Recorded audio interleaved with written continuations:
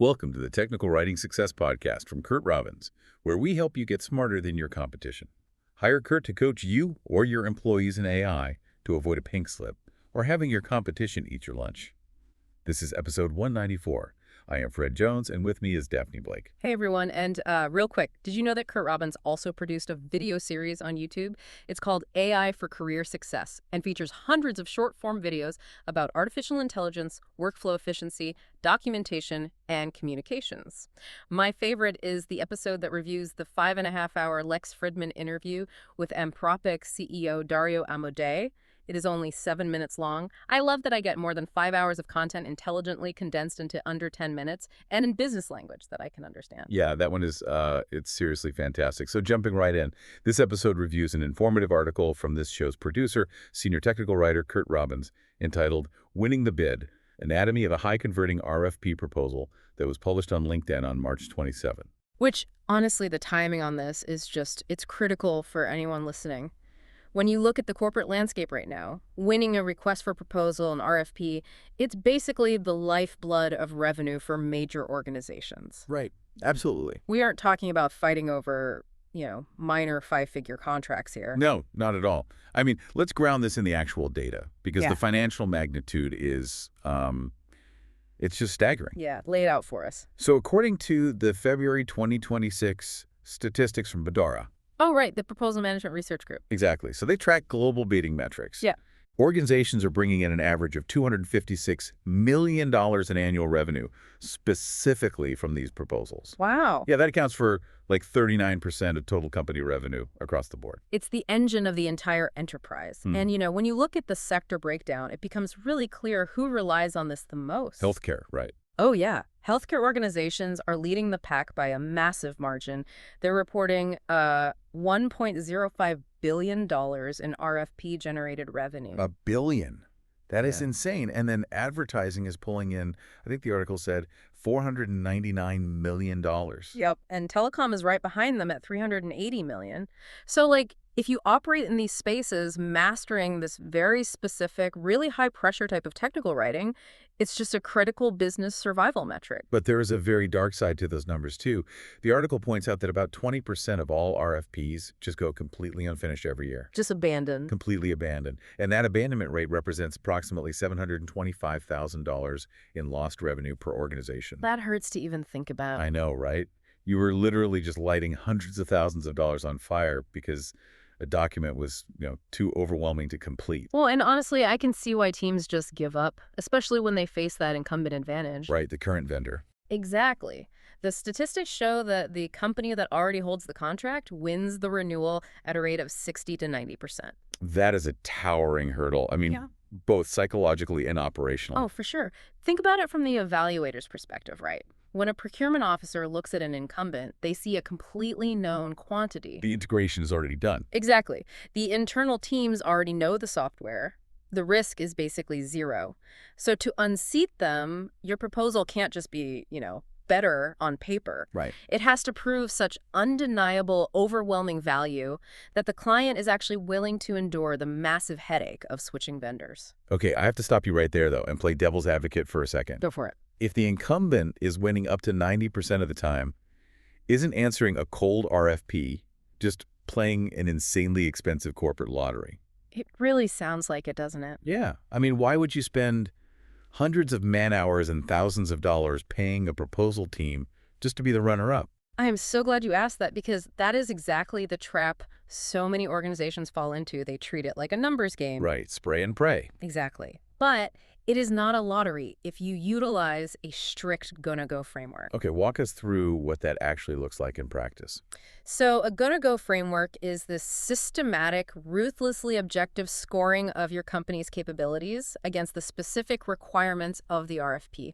And you do this before you write a single word. Okay, so you're grading yourselves first. Exactly. You evaluate your relationship with the buyer, your technical fit, your resource availability.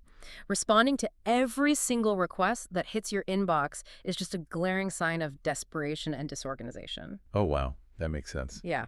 The teams that are actually hitting that 45% win rate, they are not throwing darts blindfolded. They only bid when they have a strategic, verifiable advantage. High win rates come from hyper-detailed qualification. All right, so let's say we have passed that rigorous gotta-go test. We're qualified, we have an angle, and we're going after an incumbent. How do we even get our foot in the door? Well, Because reading the article, it feels like the initial baseline requirement has absolutely nothing to do with having superior technology. It's about, like, extreme, almost punishing compliance. oh, totally. Fundamentally, an RFP response is a test of your ability to follow instructions. Just following the rules. Exactly. Before a client is going to trust you with, say, a $50 million healthcare cloud integration, they want to see if you can follow basic formatting rules. And these requirements get incredibly granular. Beyond granular, they will dictate the exact font type, the margin width down to the quarter inch, the paragraph spacing, and strict maximum word counts for every single subsection. It reminds me of submitting code to a compiler. Yes. Like, if you have a single syntax error, say you use a half-inch margin, when they requested a 1-inch margin, the evaluator's procurement software literally cannot process your bid. Yep. It just spits it out. Your brilliant technical logic never even executes because you failed a basic syntax check. It's like baking a cake. Well, if the recipe strictly calls for baking at 350 degrees, you don't crank it to 450 just to be innovative. Oh, right. You'll just burn the house down. That is the perfect analogy. You are instantly disqualified, and a human being never even reads your brilliant solution. A shockingly high number of proposals are thrown out simply because of these unforced errors. So brutal. It is. But assuming your code compiles and you pass the compliance test, the most critical section of the entire document is actually the executive summary. And this seems to be where highly technical teams completely lose the plot.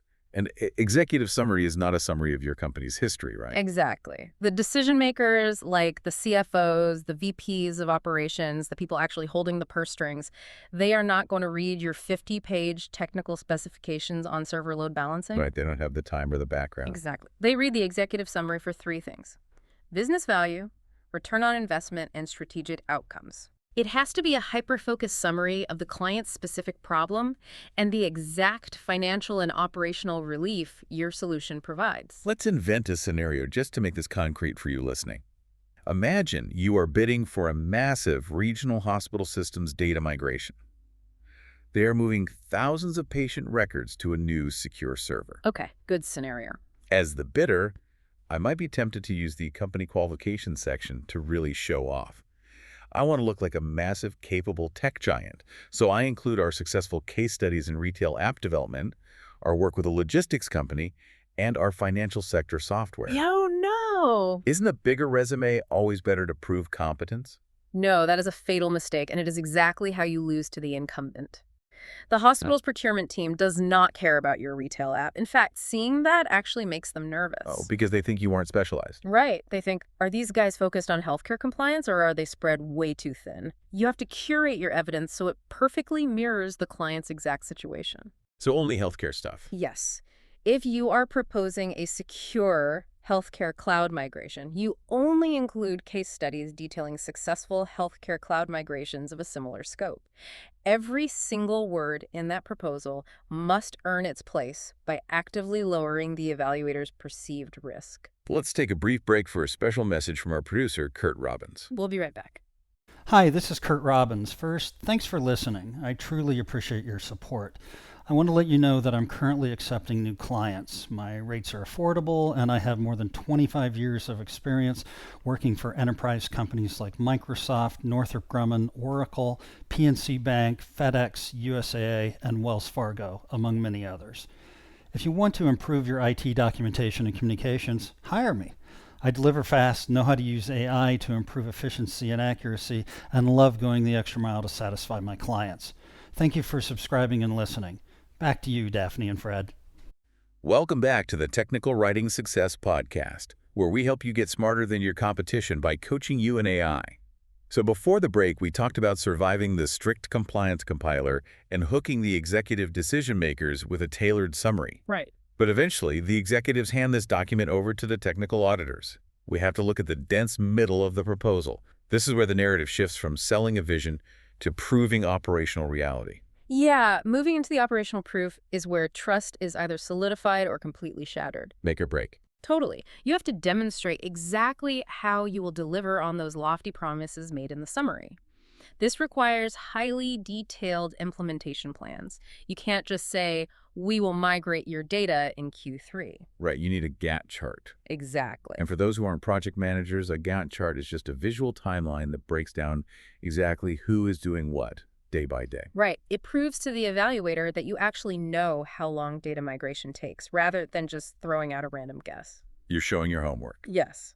You also need to outline your risk mitigation strategies, like what happens if the server crashes during the transfer. You need change management processes, and crucially, you must clearly define the required resources from the client's internal IP team. So they know what they're on the hook for. Exactly. A winning proposal doesn't pretend the transition is magic. It shows exactly how the sausage gets made and what is expected of the client. That makes total sense, because reviewers are absolutely terrified of integration downtime. Oh, it's their biggest fear. So when we get to the technical methodology section, where the IT professionals usually get to shine, it still needs to be heavily structured, right? We are talking about detailing the technical architecture, the software stacks, the security protocol. Very heavily structured, yeah.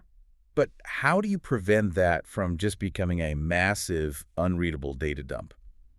You have to explain the why behind the tech. When you detail your API documentation standards, for example, you can't just list the coding languages. Okay. You have to explain how your specific API standards will prevent their legacy hospital systems from crashing. Imagine their internal IT team reading your bid. If you don't define how your software talks to theirs, they are picturing hundreds of hours of manual coding. And they hate that. Obviously, if you represent more work instead of relief, you lose. And nothing represents more work quite like a convoluted pricing structure. Mm-hmm. The article makes it clear that transparent pricing is absolutely non-negotiable. Oh, 100%. You have to treat the pricing section like a pre-audit. Reviewers are actively looking for hidden costs. They expect to be tricked. Yes. So if they sense any obfuscation, any hidden recurring fees, the trust just evaporates instantly. You must break down the costs logically, separating the initial licensing fees, the implementation costs, the managed services, and the ongoing maintenance. I can imagine a procurement team managing a $50 million budget, absolutely despising surprise fees. It's the worst. But let's talk about the physical reality of reading this document. You are delivering dense technical architecture, Gantt charts, pricing matrices, and risk protocols.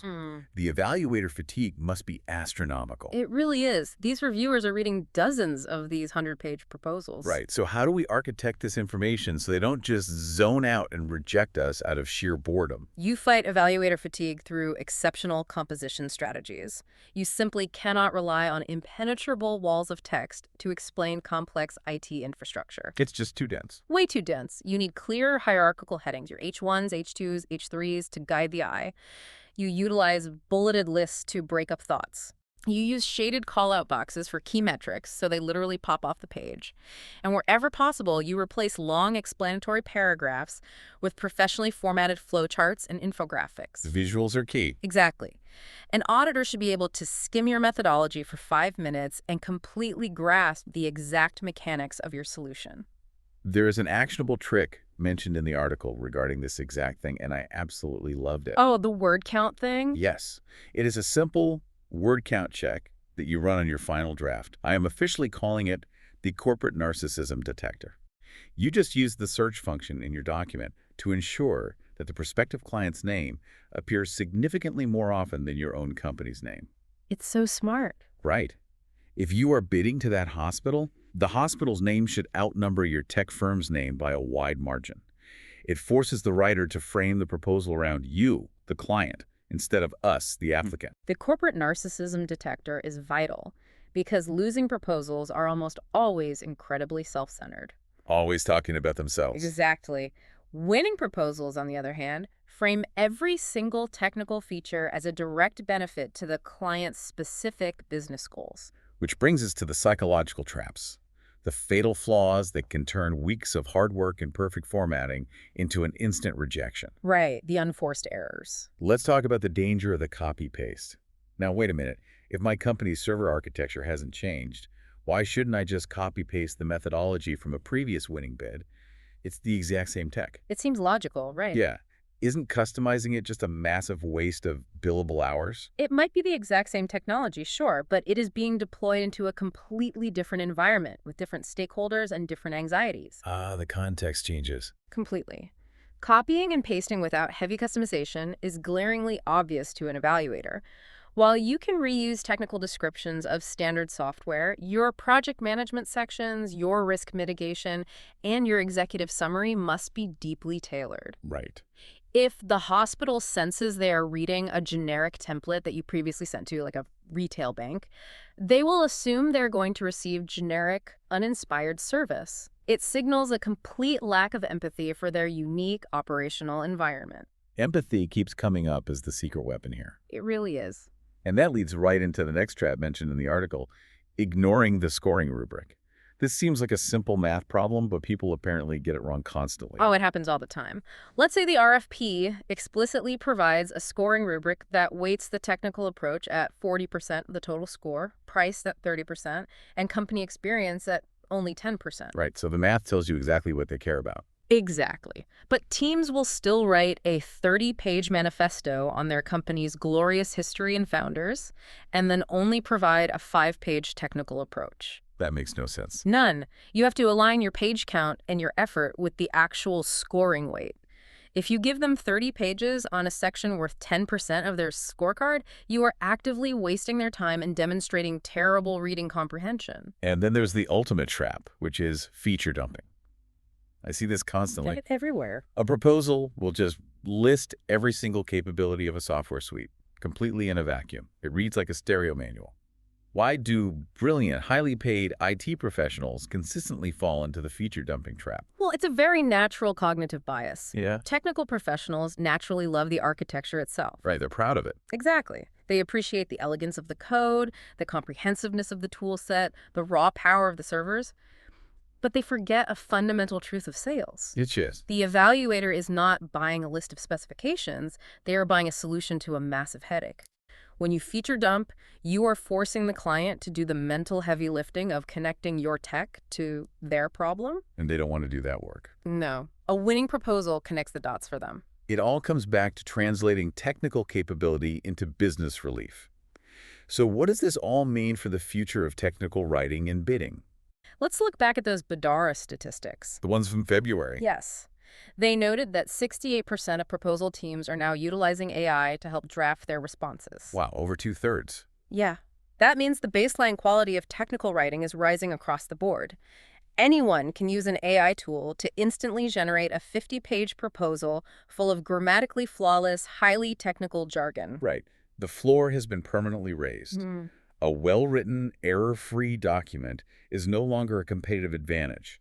It is just the bare minimum expectation. Exactly. So in an age where AI can handle the bulk generation of text and ensure perfect grammar, your ultimate competitive moat isn't your ability to type fast or string together complex vocabulary. Then what is it? Your moat is your ability to drop the ego, ruthlessly follow the client's granular instructions, and architect information empathetically. AI can write the paragraphs, sure, but human insight is required to understand the client's unique pain points better than the incumbent does. We've talked a lot today about how to unseat the incumbent, how to be the challenger that comes in and steals the contract. But here's a thought for you to take with you as we wrap up. What if you are the incumbent next time? Ooh, that changes the dynamic entirely. It really does. Because as AI makes it easier and faster for underdog companies to submit flawless, highly targeted proposals, your current contracts are more vulnerable than they have ever been. Absolutely. The challengers are coming for your 39% revenue slice, and they are armed with AI and empathy. So are you treating your own contract renewals with the same level of rigorous attention and client focus as your cold bids? Or are you resting on your laurels, assuming the client won't leave? They'll definitely leave. Exactly. Because a well-crafted, compliant, and empathetic proposal from a hungry competitor will absolutely burn your house down. That is the ultimate takeaway. Empathy, precision, and a complete lack of corporate narcissism are your only true defenses, whether you are attacking a new bid or defending the territory you already hold. Thank you for listening to the Technical Writing Success Podcast from Curt Robbins, where we help you get smarter than your competition. Hire us to coach you and your employees in AI to future-proof your career or company. Subscribe now to never miss a career-saving episode.